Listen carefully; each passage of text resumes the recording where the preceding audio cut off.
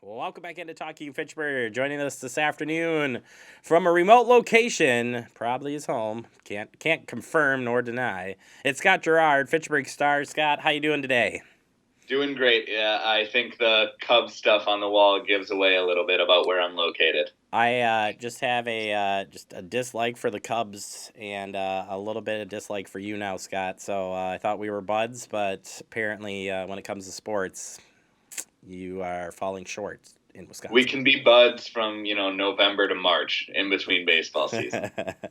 Fantastic. Do I dare ask what do you have for a football team? You probably don't want to know. Well, fantastic. We didn't bring him on to talk about sports, and now we know we'll never do that. We brought him in here because he's going to give us an update what happened at the recent council meeting back on July 23rd. Scott, talking about the comprehensive plan update, a little timeline. Yeah, so that was far and away the most discussed topic at last week's council meeting. And it's a big one. So the city is in the process of rewriting its comprehensive plan, which the probably best way to sum it up is it outlines future development plans. It doesn't change zoning for anything. There's still a lot of steps to actually have development in any of these places, but it outlines where the city's going to grow for the next 40, 50 years. So there was a pretty comprehensive look at this plan a decade ago when it was approved in 2009. It was about a 5 or 6 year process at that time. So a lot of the conversation now, because by state statute they have to revise it every 10 years. So a lot of the conversation now is about how in depth to go with that revision, given that it was such a long process, an in depth process with lots of outreach last time. So the initial recommendation had come through to have something completed by late March, early April of next year.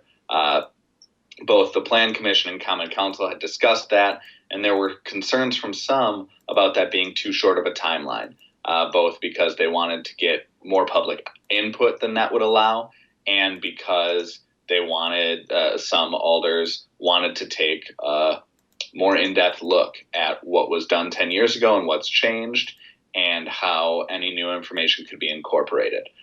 So that was really the big discussion on Tuesday, was a debate about whether they should extend the timeline or not. They ended up approving the timeline to have the plan completed in March or early April, and that still can be adjusted, but right now that's the expectation. It was a 4-3 vote, however, so as far from unanimous as you can get. So it was an interesting discussion, which included conversation about a pair of projects that, under the comprehensive plan as it is, and as it will likely remain, may not be allowable. So those included a proposal to build an Edgewood sports campus and outdoor learning facility where they would do some study of wetlands and water issues, as well as an Oregon School District middle school that the district purchased land for through a referendum. And that's just north of the village boundary in Oregon, so really to the south of the city. But neither of the properties that are being discussed related to those projects are in the future urban development area in the comprehensive plan. And so there's some questions about what the process would be like to get those included. A representative from Edgewood said that he was told it would have to be done at the 10-year revision time. There is potential that the council could add in language to allow an amendment like that within the 10 years, so they don't have to wait a decade for that. So there's still some questions about whether those projects will eventually be able to move forward. There's a lot of pieces beyond the comprehensive plan that would be required, sewer service, water service, things like that are sort of out of the city's hands. So the alders who voted in favor of leaving the timeline at March, early April, really focused on the fact that it was unclear how long this would extend the plan process, and that they weren't sure that it would really speed things up for these people anyway, and get the project kind of moving forward as quickly as they hoped anyway. So they said let's keep to the timeline we planned on and see what we can make work for these two entities. There was an amendment proposal to extend the deadline just to July 30th of next year, and that failed again by a 4-3 vote. Same people who voted on the final timeline. So just a lot of conversation about planning, and the comprehensive plan has certainly been a significant issue in recent years for the city, most notably in the North Stoner Prairie neighborhood, where there were some changes to the density allowed and changing it back, and drew a lot of citizen interest from that area. So I think there's a lot of interest this time around too. Yeah, it's tough to plan for the future. It's hard, right? We know that it's hard, and lots of discussion to be had. Do we know then, Scott, what are some of those next steps here then moving forward before council will see it again? Yeah, so the next few things that will come include some outreach, some surveys.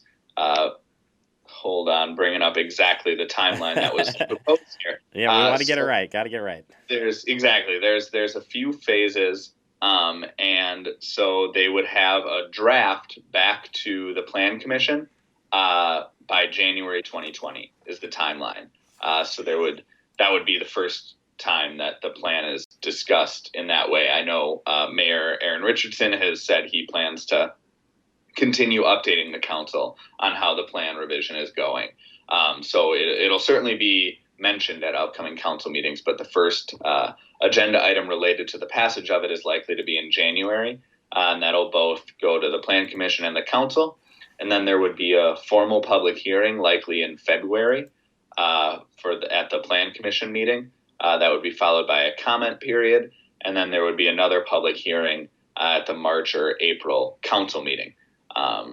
And so those are the big things. There will be a survey sent out that will allow residents and business owners and interested people to respond on some things. It's unclear what other public input may or may not be scheduled. A lot of that is just going to depend on kind of what's going into the rewrite and what staff feels is necessary to gather. Perfect. Yeah. So we'll see a little bit more of it. I'm sure you guys will break it down in the paper as well coming up. So if you didn't catch it all here, certainly we can go back and check it out in the paper as well. And quickly, Scott, what do you have coming up here for the next edition of the Star? Yeah. So our paper comes out next Friday already, which is crazy. Quick. It's always sometimes a quick turnaround when you have that early in the month Friday, like the August 2nd Friday. It should be a pretty full edition. Summertime is going, so there's lots of community events happening, both that we've gotten photos at and then to preview to. August has a few things as well, so city's certainly staying busy. But the Nesbitt-Fitrona intersection closure, we'll have a story on how that's been playing out, I think. Just some other updates on the capital improvement plan is still happening. There's the appointment to the open aldermanic seat, which the three applicants interviewed for last Wednesday at the Committee of the Whole meeting. So that appointment will be expected August 13th. So an update on that. And just everything else that's going on. Just the small, exactly. Nothing really going on, but, stuff. Scott, I appreciate the time as always. Check out the Fitchburg Star both online and through the paper again coming out next Friday. And Scott, we appreciate your time as always and look forward to having you back on the show soon.